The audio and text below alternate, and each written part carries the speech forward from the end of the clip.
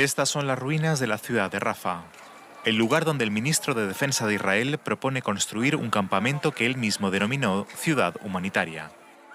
La idea, alojar primero a 600.000 personas y después, con el tiempo, a los 2 millones de habitantes de Gaza, y que una vez registrados allí, no se les permitirá salir.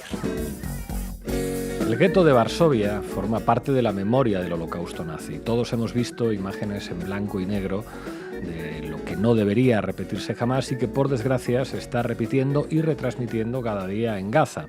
El de Varsovia fue el mayor gueto judío establecido por los nazis durante la Segunda Guerra Mundial.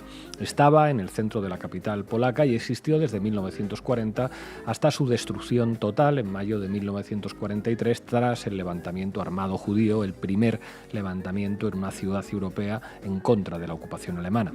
En el gueto fueron confinados sobre todo los judíos de Varsovia y de otras regiones de Polonia, así como judíos deportados de Alemania y de otros países ocupados por los nazis.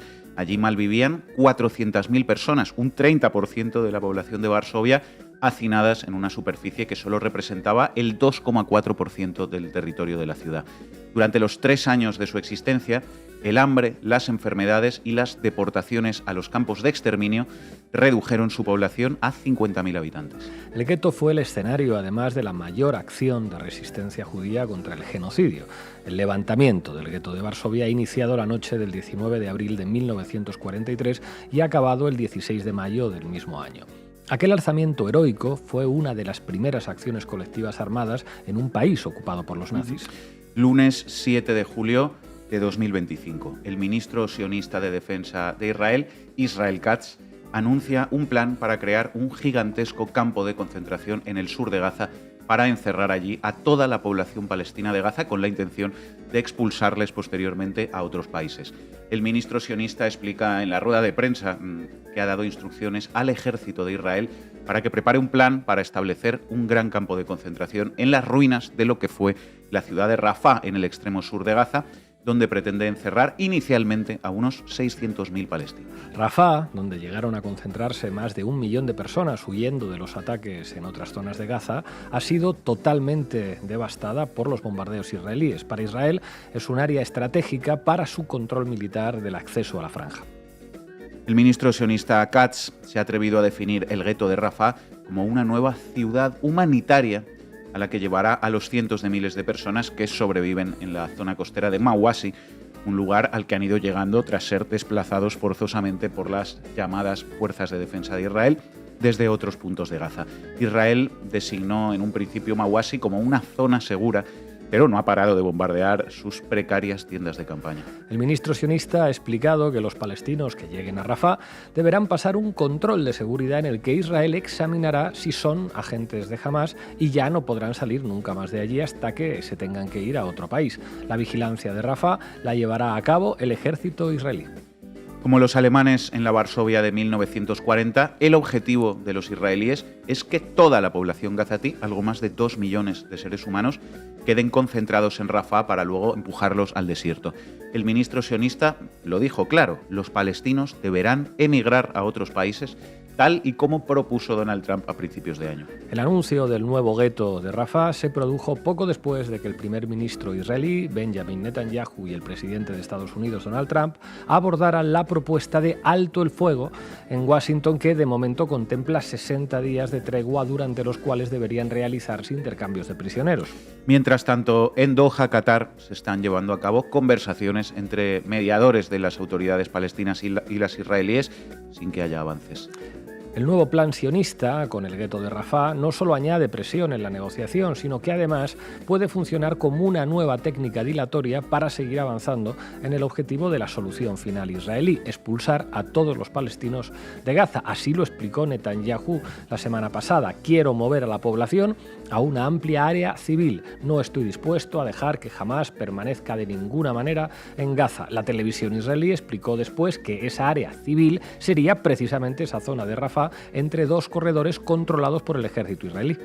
Israel, lejos de acabar con los ataques contra los palestinos de Gaza y retirar tropas, como reclaman los palestinos, prevé aprovechar este alto el fuego para comenzar la construcción de este campo de concentración, y esto No es que lo digan los palestinos, así lo ha explicado el propio ministro de Defensa israelí. Katz ha explicado también que serán organismos internacionales los que se encargarán del reparto de ayuda humanitaria en el gueto. Todo el mundo piensa que se está refiriendo a la Fundación Humanitaria para Gaza, una siniestra organización impulsada por Estados Unidos e Israel y formada por exmercenarios y espías que se encarga desde finales de mayo de la distribución de la comida en la franja a través de 4 puntos de reparto militarizados donde todos los días el ejército de Israel mata a decenas de personas que desesperadas se juegan la vida para conseguir alimentos.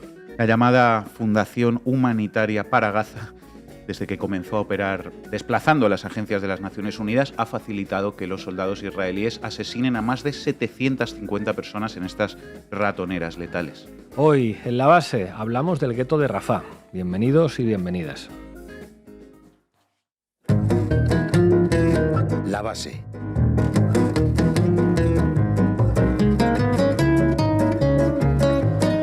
Hoy en La Base hablamos de un genocidio que continúa de manera sistemática, de manera planificada, de manera racionalizada, en este caso con la construcción de un gueto que quiere ser la puerta definitiva de salida de los palestinos de Gaza para que Israel se pueda hacer con el control del conjunto de la franja. Manu Levín, ¿qué información nos traes? ¿Qué tal, Pablo? Bueno, Orwell se quedó corto con su neolengua. Ciudad humanitaria es como se le llama en el siglo XXI a un campo de concentración en la prensa occidental tan ecuánime y democrática, pero ese es el término que quizá más llama la atención, que a uno le patea la vista cuando lo lee, pero hay otros términos, un montón de ellos en el lenguaje mediático que se despliega hoy, que es importante analizar con un poco de cuidado para no comérselos con patatas. Hoy, además, contaremos en el programa con el análisis de Daniel Lobato, especialista en Oriente Próximo y en Palestina. Arrancamos, Rocío. Titulares al banquillo. El análisis mediático de Manu Levín. Deutsche Welle, canal público internacional alemán. Dale al play, Rocío. Mientras continúan las negociaciones para un alto el fuego en Gaza, negociaciones que se celebran en Doha, Qatar, el ministro de Defensa israelí, Israel Katz, anunció en una rueda de prensa ofrecida solo para medios locales y como parte de ese acuerdo de tregua que se está negociando, anunció el ministro de Defensa la preparación de un plan para establecer, según dijo, una ciudad humanitaria en las ruinas de Rafah. Está en el extremo sur de la Franja de Gaza.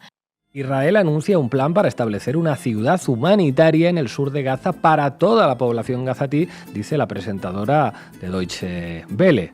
Hitler anuncia la construcción de la ciudad humanitaria de Auschwitz, donde podrán vivir todos los judíos que quieran. En las imágenes pueden ver a las familias que han iniciado la emigración voluntaria a la nueva ciudad humanitaria de Auschwitz. ¿No es maravilloso?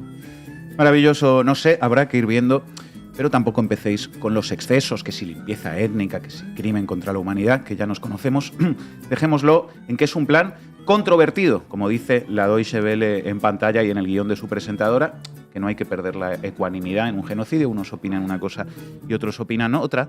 Luego la pieza de la Deutsche Welle hablaba también de los temores y las preocupaciones que suscita el plan, como si la historia de la humanidad volviera a empezar cada día. Un plan controvertido o polémico, el polémico plan israelí para reubicar a los gazatíes. No digas nazi si puedes decir polémico, y no digas expulsar forzosamente, ni desplazar, ni desterrar, mejor di reubicar. Claro, si además ya se sabe que los palestinos pues, son objetos sin agencia que uno puede coger y reubicar en un lugar o en otro, como un mueble, ¿no? En fin, ya veis por dónde van los tiros hoy en el análisis, porque yo os propongo que le dediquemos un poco de tiempo a fijarnos una vez más aquí con atención en el lenguaje que se está desplegando en los medios de comunicación para informar sobre la solución final contra el pueblo palestino que plantean abiertamente los sionistas. Lo más evidente, lo decía hace un momento, porque es lo que más te patea la vista cuando lo lees, es la expresión ciudad humanitaria para definir un campo de concentración, un eufemismo que ya supera incluso al lenguaje de los nazis, porque ni los nazis llegaron al punto de llamar ciudad humanitaria al gueto de Varsovia, por ejemplo. Aquí se trata de un eufemismo que pone en circulación el propio gobierno de Israel, pero que automáticamente es replicado por todos los medios de comunicación del hemisferio occidental, ¿no? Absolutamente, no es solo la Deutsche Welle, está en todos los titulares, tanto de la derecha como de la progresía mediática, el relato y el lenguaje son idénticos. Onda Cero, la radio de A3 Media, el plan de Israel para concentrar a 600.000 palestinos, una ciudad humanitaria al sur de Rafah. Una vez dentro de la ciudad humanitaria, los palestinos no podrán salir. El objetivo, en última instancia, es que la población palestina emigre voluntariamente fuera de la franja. 20 minutos. Israel anuncia un plan para concentrar a la población palestina en una ciudad humanitaria en el sur de Gaza. El HuffPost, Grupo Prisa. Israel quiere concentrar a 600.000 palestinos de Gaza en una ciudad humanitaria en las ruinas de Rafah. Cadena SER, tu radio de izquierdas. Israel planea concentrar a 600.000 palestinos en una ciudad humanitaria levantada sobre las ruinas de Rafah. Otra de la SER. Uno de los mediadores en la guerra de Gaza se opone al plan israelí de crear una ciudad humanitaria para la población palestina. Y como estos, decenas y decenas. Tras cerca de 2 años de bombardeos masivos contra edificios de viviendas, hospitales, escuelas, ambulancias, hasta tiendas de campaña, con decenas de miles de niños asesinados, la cadena SER, junto con el resto de empresas de comunicación españolas, sigue hablando de la guerra de Gaza y reproduce todo el rato el eufemismo siniestro de la ciudad humanitaria para nombrar al plan israelí de construir el gueto de Rafah. Le ponen muchas comillas, eso sí, pero ¿de verdad una praxis periodística decente en este caso se reduce a escribir ciudad humanitaria entre comillas? ¿Cambia algo sustancialmente reproducir la propaganda nazi sin más o hacerlo entre comillas? ¿No tiene más sentido, digo yo, partiendo del conocimiento de la historia humana y de lo que lleva casi 2 años haciendo Israel en Gaza, rechazar la propaganda genocida y titular sencillamente Israel quiere construir un campo de concentración en Rafah para todos los palestinos? Pues igual eso sería más útil. Y además lo de las comillas es al principio, ahora veréis lo que pasa enseguida con ellas. Nos vamos a poner así muy lingüísticos hoy para fijarnos despacio en más elementos del lenguaje como estos que estamos comentando y vamos a detenernos para ello en los textos de un par de piezas cuyos titulares, todos casi idénticos, acabamos de citar, en concreto la del HuffPost y la del 20 minutos y otra más de El Mundo, porque más allá de lo de ciudad humanitaria hay muchas otras cosas que si te enfrentas a las piezas un poco así a la ligera, pues igual te las comes sin darte cuenta. Vamos con El Mundo. Israel planea concentrar a toda la población gazatí en una ciudad humanitaria en Rafah, es el titular, pero sigamos. Subtitular. Aquellos palestinos que accedan a esta nueva ciudad humanitaria tras pasar un control de seguridad en que Israel examinará si son agentes de Hamas, ya no podrán salir de ella, dice El Mundo. Aquellos palestinos que accedan, seguro que lo que van a hacer los palestinos en ese campo de concentración es acceder, ¿verdad? ¿No será más bien que los palestinos son llevados y encerrados por la fuerza? Claro, van a acceder, pues, de la misma forma que un animal accede a un matadero, ¿no? Acceder, un verbo que expresa agencia y que expresa voluntariedad, entrar en un lugar, acceder, y que en otra acepción también significa aceptar, dar consentimiento. Los palestinos no van a acceder al campo de concentración, serán llevados al campo de concentración. Claro, como los judíos accedían a que les pusieran un código de barras en forma de tatuaje, un número. Tras pasar, seguimos con el subtitular del Mundo, un control de seguridad. Lo que hacen los militares israelíes con los palestinos es controlar la seguridad, y que sí, hombre. Y para lo del control de seguridad ya veis que además pues ya se le han olvidado las tan socorridas comillas a los amigos del Mundo, vaya por Dios, y a partir de ahí pues ya no las volvieron a encontrar más. Según Katz, prosigue el texto en El Mundo, esta nueva zona humanitaria albergaría inicialmente a unos 600.000 palestinos que malviven en la zona costera de Mawasi, cercana a Rafah. Malviven en Mawasi, vaya usted a saber por qué. Seguro que en la ciudad humanitaria viven mejor. Y esa expresión, ciudad humanitaria, fijaos que ya no tiene comillas para adjudicársela a nadie, ahora aparece hecha suya completamente por el propio relato periodístico. Claro, la primera vez que te comes la propaganda genocida, pues le necesitas poner el condimento de las comillas para que sepa un poco mejor, pero ya después pues te acostumbras y te lo zampas así, a palo seco. Seguimos. El objetivo de Israel, prosigue El Mundo, es que toda la población gazatí, poco más de 2 millones, quede concentrada en este punto, si bien el ministro de Defensa volvió a alentar a los palestinos a emigrar voluntariamente a otros países, tal y como propuso el presidente de Estados Unidos, Donald Trump, a principios de año. No es o te vas o te matamos, como ya hemos hecho con casi 60.000 vecinos tuyos, es alentarte a que emigres voluntariamente. Y ojo, no es solo lo de emigración voluntaria, también lo de alentar. RAE, alentar, animar, infundir aliento o esfuerzo, dar vigor a alguien o a algo, como la gente que se ponía, no sé, al lado de la carretera a decir Indurain, Indurain. Eso es lo que hace Israel con los palestinos, darles ánimos y aliento, alentarles. Venga, palestino, que tú puedes emigrar voluntariamente y si no, ya te ayudan nuestros F-16, que animan mucho.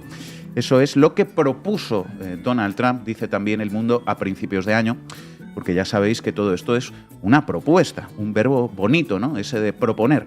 La limpieza étnica es una propuesta y luego pues hay otras propuestas. Unos proponen unas cosas y otros proponen otras. Normalizar la barbarie. Vamos ahora con el HuffPost, Grupo Prisa, progresía mediática con pedigrí. Israel quiere concentrar a 600.000 palestinos de Gaza en una ciudad humanitaria en las ruinas de Rafah. Este era el titular. Párrafo. El ministro de Defensa israelí, Israel Katz, ha anunciado haber dado instrucciones a su ejército para concentrar inicialmente unos 600.000 palestinos en una ciudad humanitaria en las ruinas de Rafah. La idea es asentar en el extremo sur de la Franja de Gaza a toda la población que aún vive en el territorio. No digas apresar, encerrar, encarcelar, di asentar. Esa es la idea, asentar a la población, ojo a esto, que aún vive en el territorio. No a la población que vive en el territorio, que sería la frase normal, ¿no? No a los palestinos que viven en Palestina, sino a los que aún viven en Palestina. Como si su presencia en su propia tierra pues fuera una anomalía extemporánea que ya no tiene sentido, ¿verdad? Pues un poco como cuando se habla de un político que mantiene su presencia en un cargo de forma extemporánea, el todavía presidente Mazón. Exactamente. Y captemos el matiz con un símil, digamos, más pegado al ejemplo original. Una pieza periodística hablaría, por ejemplo, de los franceses que aún viven en Francia, los españoles que aún viven en España. Esa expresión no tendría sentido, ¿verdad? Claro, porque el efecto que tiene es desnaturalizar a esa población de su propia tierra. El lenguaje nunca es inocente y todas las palabras aportan algo. El plan del gobierno de Israel busca quitar de la zona costera de Mawasi a los cientos de miles de desplazados que han acabado allí tras casi 2 años de guerra en Gaza, añade también el HuffPost. Expulsar, desterrar, no. Quitar como quien quita una mancha de la ropa. Quitar a los palestinos que han acabado allí, dice el HuffPost, vaya usted a saber por qué nuevamente, tras 2 años de guerra. De acuerdo con Katz, la intención es convertir la zona en un territorio libre de Hamás, con estrictos controles y registros para cualquiera que quisiera acceder. Una vez en la ciudad humanitaria, el ejército israelí se compromete a no atacar a la población local, ha añadido el ministro y peso pesado de Netanyahu, dice el HuffPost. Un territorio libre. Todo bien con atribuir a un campo de concentración la condición de territorio libre. Perfecto. Libre de Hamás, porque esto es por el propio bien de los palestinos, es para protegerlos ¿de quién? De sí mismos. Y es, de nuevo, atención, para todo aquel que quiera acceder. Para todo el que quiera acceder confiando en aquello a lo que el ejército de Israel se compromete. ¿Acaso hay alguna razón para dudar de los compromisos de Israel? HuffPost, Grupo Prisa, tu progresía mediática española, que, como sabemos, ojo, se opone al genocidio fuertemente y planta cara a Trump y a Netanyahu como Pedro Sánchez, el gran amigo de Palestina. Urgente, el gobierno da marcha atrás y autoriza a Defensa a comprar a Israel material para el plan de rearme. Se ha aprobado una concesión directa de préstamos destinados a financiar 9 proyectos estratégicos para las Fuerzas Armadas. Esto pudimos leer ayer mismo en la prensa. Un último comentario, acabamos ya, sobre la tercera pieza cuyo lenguaje os proponía analizar, la del 20 minutos. Israel anuncia un plan para concentrar a la población palestina en una ciudad humanitaria en el sur de Gaza, era el titular que leímos antes. Atención al marco mental del 20 minutos. La entrega de ayuda humanitaria a la población gazatí y la forma en la que se está repartiendo ha suscitado en las últimas semanas denuncias internacionales. En este contexto, el ministro de Defensa israelí, Israel Katz, ha anunciado este lunes, atención, un nuevo plan para distribuir la ayuda. En declaraciones a la prensa local, Katz ha confirmado que ha dado órdenes a las Fuerzas Armadas de Israel para poner en marcha una nueva ciudad humanitaria en Rafah, en el sur de la Franja de Gaza, en la que concentrar a la población palestina. No lo llames un plan para encerrar a todos los gazatíes en un campo de concentración, llámalo mejor un nuevo plan para distribuir la ayuda humanitaria. Cuando esta época pase y la humanidad haga cuentas, el lenguaje cómplice con la limpieza étnica y con el genocidio que usó toda la prensa occidental se estudiará en las universidades como uno de los capítulos más oscuros en toda la historia del periodismo. Gracias, Manu. A veces tendemos a poner el foco en los que están justificándose. No, el foco está en los que están dando la cara. Joder, le han quitado la visa para entrar a Estados Unidos y 26 conciertos. Death to the IDF, death to the IDF. Es que ahí se nota la solidaridad. La solidaridad de Oquilla a veces está muy bien. La solidaridad es cuando te afecta a ti, a los tuyos, a cómo llenas la nevera y a tu cuenta corriente. Death to the IDF. Hell yeah, from the river to the sea, Palestine must be, will be, inshallah, it will be free.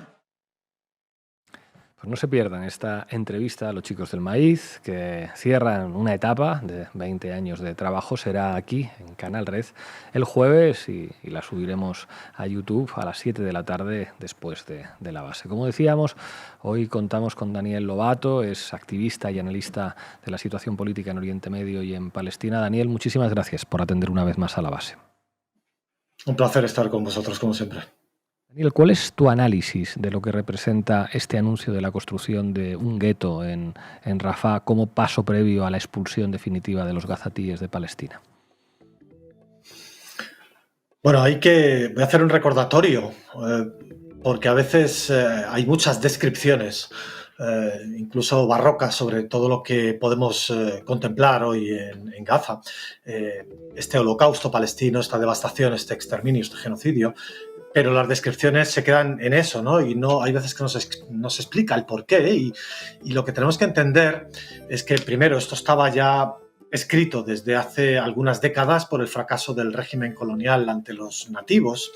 Y lo que tenemos que entender es que hoy en toda Palestina, en los 3 trozos de Palestina, el llamado Israel, la llamada Cisjordania, la llamada Gaza, tenemos sobre el terreno reales en torno a 6 millones y medio de colonos israelíes frente a 8 millones de nativos palestinos, 2 de los cuales, 2 millones aproximadamente, tienen ciudadanía israelí de tercera categoría, ¿no?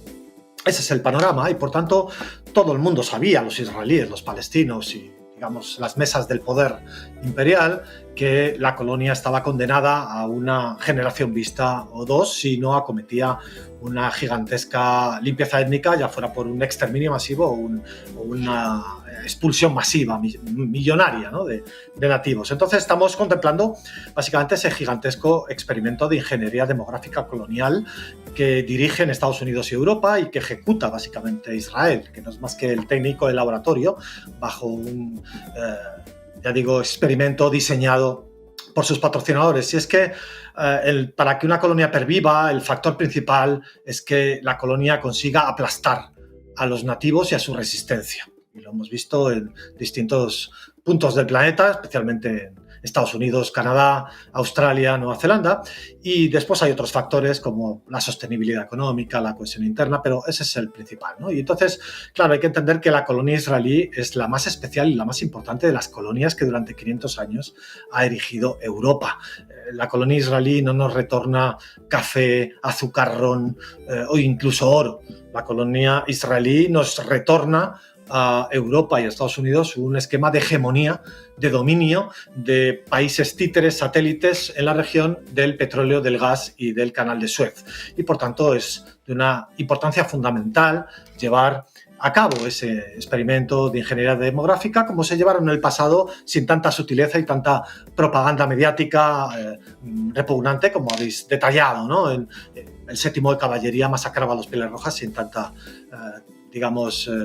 medias tintas en los medios. Entonces, bueno, el modelo actual de este campo de concentración que se plantea lo que viene es a incidir en esa cuestión como una etapa previa a la expulsión de los palestinos de Palestina y asociado además a cómo se ha trasladado el modelo carcelario de Estados Unidos también a Palestina, ¿no? Con esos mercenarios que tan pronto te daban una bandeja de algo comestible, ni siquiera alimento podrido, y a la vez pues te podían estar asesinando como han asesinado centenares. Ese modelo carcelario es el que se traslada y ahora con estos campos de concentración, que por otro lado no es nuevo. Hay que recordar que el tradicional fascismo alemán antes de los campos de concentración del Tercer Reich, Tercer Reich alemán en la Segunda Guerra Mundial, ya hace 100 años en Namibia, por ejemplo, exterminó a la población herero, a los Nama, a los indígenas, recluyéndoles en campos de concentración y dejándoles básicamente que se murieran de hambre y de enfermedades y de epidemias, ¿no? Y eso mismo hizo hace solo 6 décadas el régimen francés de libertad, fraternidad e igualdad, el régimen francés colonial de Charles de Gaulle en Argelia, concentrando a millones de argelinos en campos de concentración tras desplazarles de sus áreas agrícolas, o en Vietnam, también en Estados Unidos, hace 6 décadas, a cientos de miles de vietnamitas desplazados forzosamente en campos de concentración para prevenirles de ser contagiados del Vietcong. En todo caso, lo que estamos viviendo en estos momentos son varias paradojas, ¿no? Por un lado, la paradoja por la cual los nativos, por el hecho de querer quedarse en su tierra, son exterminados, la de los colonos que desean marcharse y desean huir, muchos de ellos, y sin embargo son secuestrados por su régimen que les impide salir de Palestina o de su régimen llamado Israel, como ha hecho Netanyahu con una orden y solo en casos excepcionales por una comisión que lo evalúa. Y por otro lado, las paradojas también de los medios del poder, como habéis detallado muy claramente, de sostener a Israel como esa perpetua supuesta víctima, que siempre ha sido atribuyéndose, digamos, el victimismo de los genocidios en la Segunda Guerra Mundial, ¿no? Entonces, bueno, ante todas esas paradojas es el momento de terrible confusión que habéis detallado, especialmente los medios alemanes, obviando su pasado genocida experimentado de esos campos de concentración que ya he hablado antes.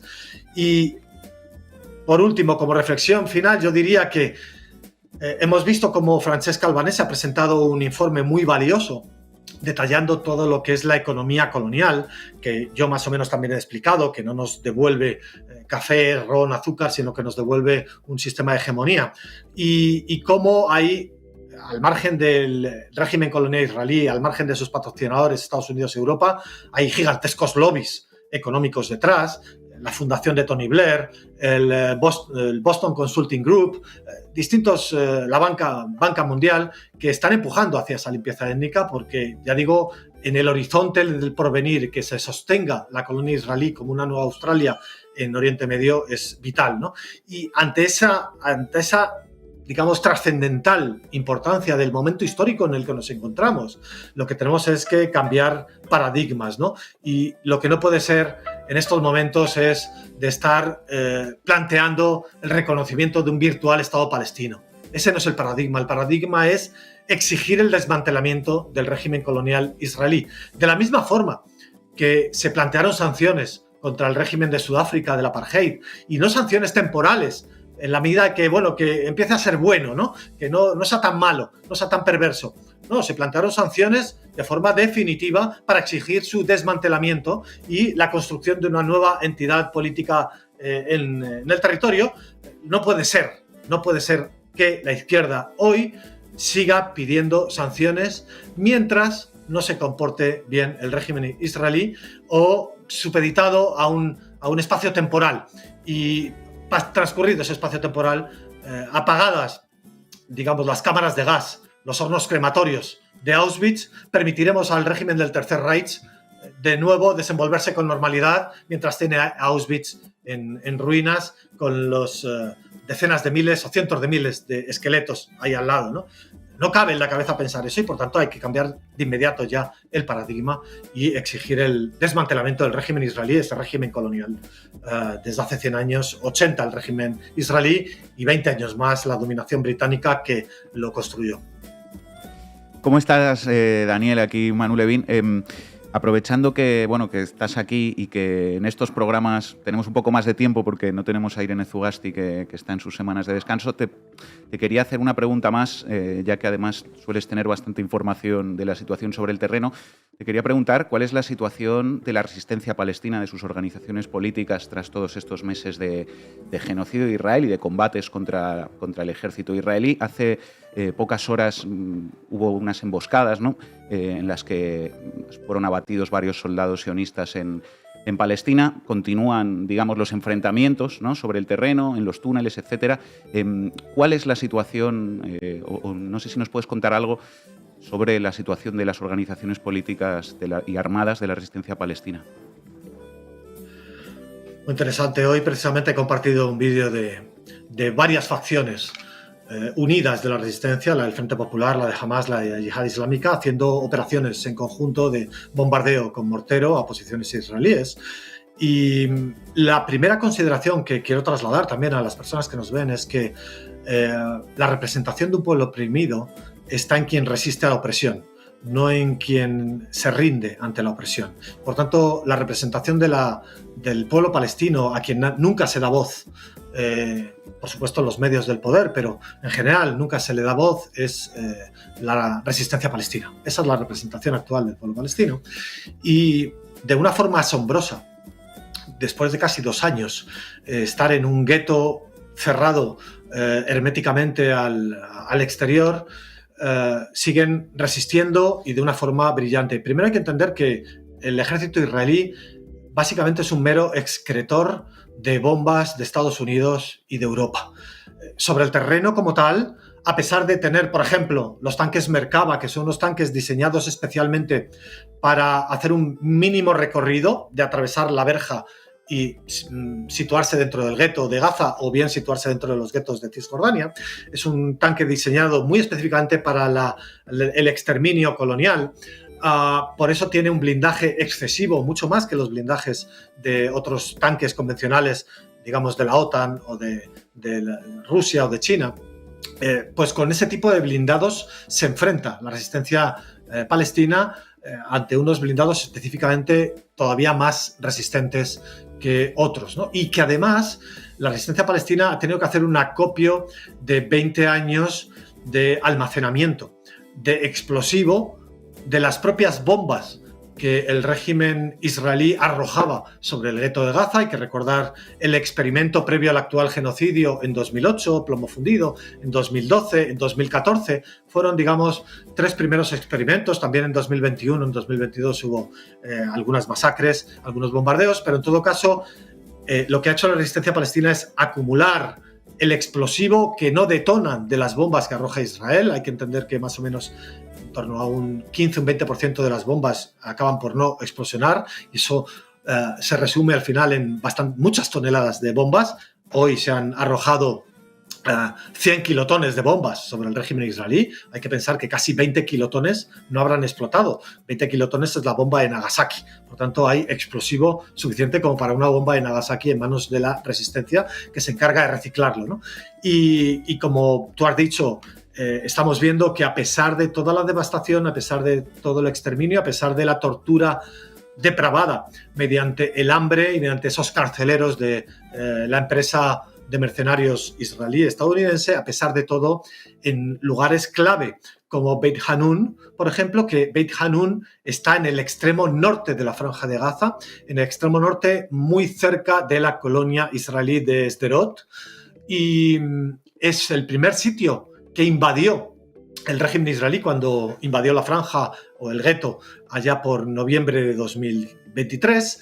Pues a pesar de todo, y 2 años después, la resistencia palestina sigue utilizando especialmente los explosivos manufacturados, aprendido a lo largo de una tradición de estas décadas en las operaciones de guerrilla, ya sea incluso de Vietnam, la guerra de los túneles en China contra Japón, en Vietnam contra Estados Unidos. Son aprendizajes recogidos por la resistencia palestina durante muchas décadas, o también los explosivos manufacturados en la resistencia iraquí contra la invasión de Estados Unidos, ahora, etcétera, y realmente de una forma exitosa y contra todo pronóstico, porque yo antes de que comenzase el 7 de octubre, las referencias que tenía de lecturas sobre la resistencia palestina era que podía tener, digamos, como para 6 meses de operaciones y 6 meses de envío de lanzamiento de cohetes, 6 meses de resistencia efectiva sobre el terreno.